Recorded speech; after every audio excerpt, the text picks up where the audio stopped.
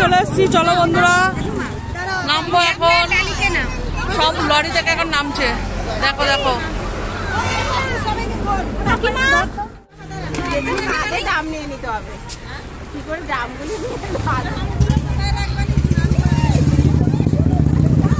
নাম। দেখো বন্ধুরা চলে এসছি, এই যে আমাদের ম্যাটেটো, এই গাড়িতে করে এসছি।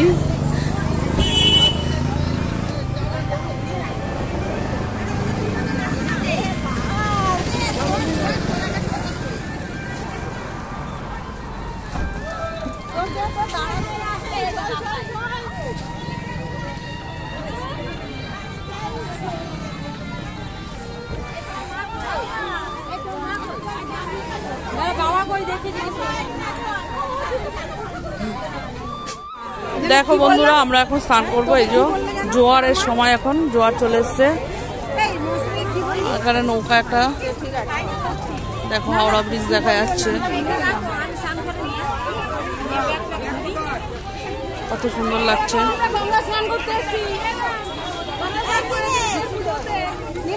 জয় মা গঙ্গা। এটা নিমাই তীর্থ ঘাট। হ্যাঁ আমি জানি না এটা, কিন্তু এটা মেলেনিয়া পার্কের সামনে। কোথায় এটা? প্রিন্স অফ ঘাটের কাছে তো।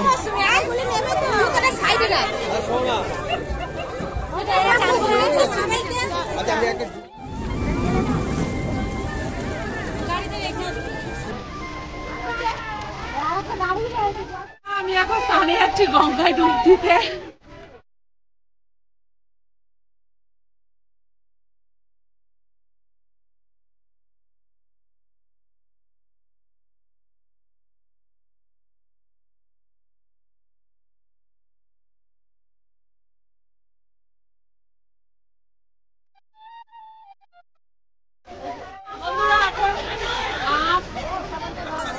সুপারি আর পান, সিঁদুর, তেল মিশিয়ে দেবো। পয়সা কত দাম দেবো?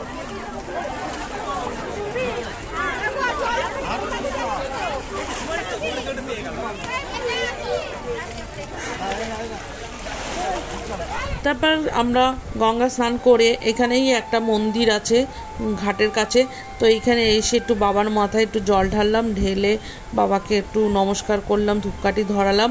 বাড়িতে তো গিয়ে করবই, এখানে তাও একটু করে নিলাম, যেহেতু গঙ্গা স্নান করে উঠেছি। বাবার একটু আশীর্বাদ নিয়ে নিলাম আর সন্তানের মঙ্গল কামনা করলাম। যেহেতু আজকে নীল ষষ্ঠী, তাই প্রত্যেকটা বাচ্চা, প্রত্যেকটা সন্তান ভালো থাকুক, সবাইকে ভালো রাখুক বাবা। হর হর মা।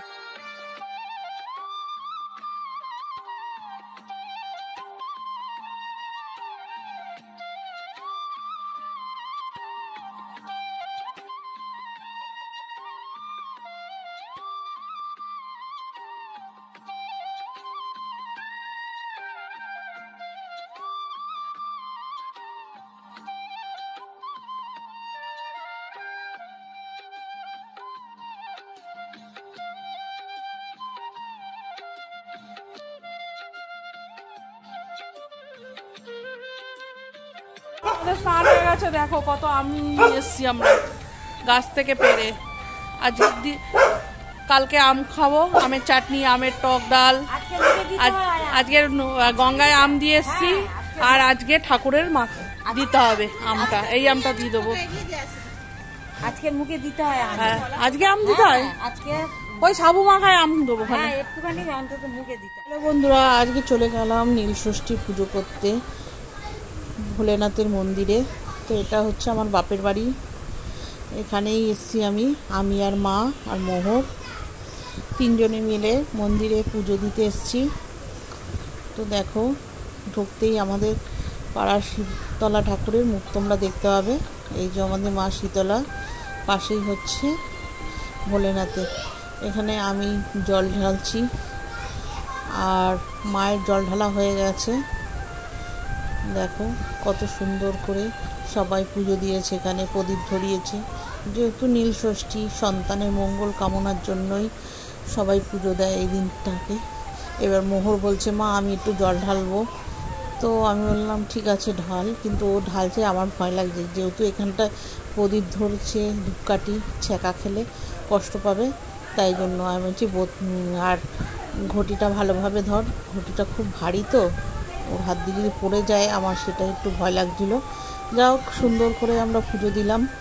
তারপরে এক এক করে ফলগুলো সব দিলাম বাবার মাথায়, বেল দিলাম, আম দিলাম, আজকে দিয়ে তো আম খাবো, তো একটা পাকা আম দিয়ে দিলাম বাবাকে। মোর বলছে দাও আমি দিই, ধরি। দেখো ও আমার সাথে পুজো দিচ্ছে সুন্দর। ও এমনিতে পুজো দিতে খুব ভালোবাসে, আমাকে বলে মা আমি পুজো দেবো বাড়িতে।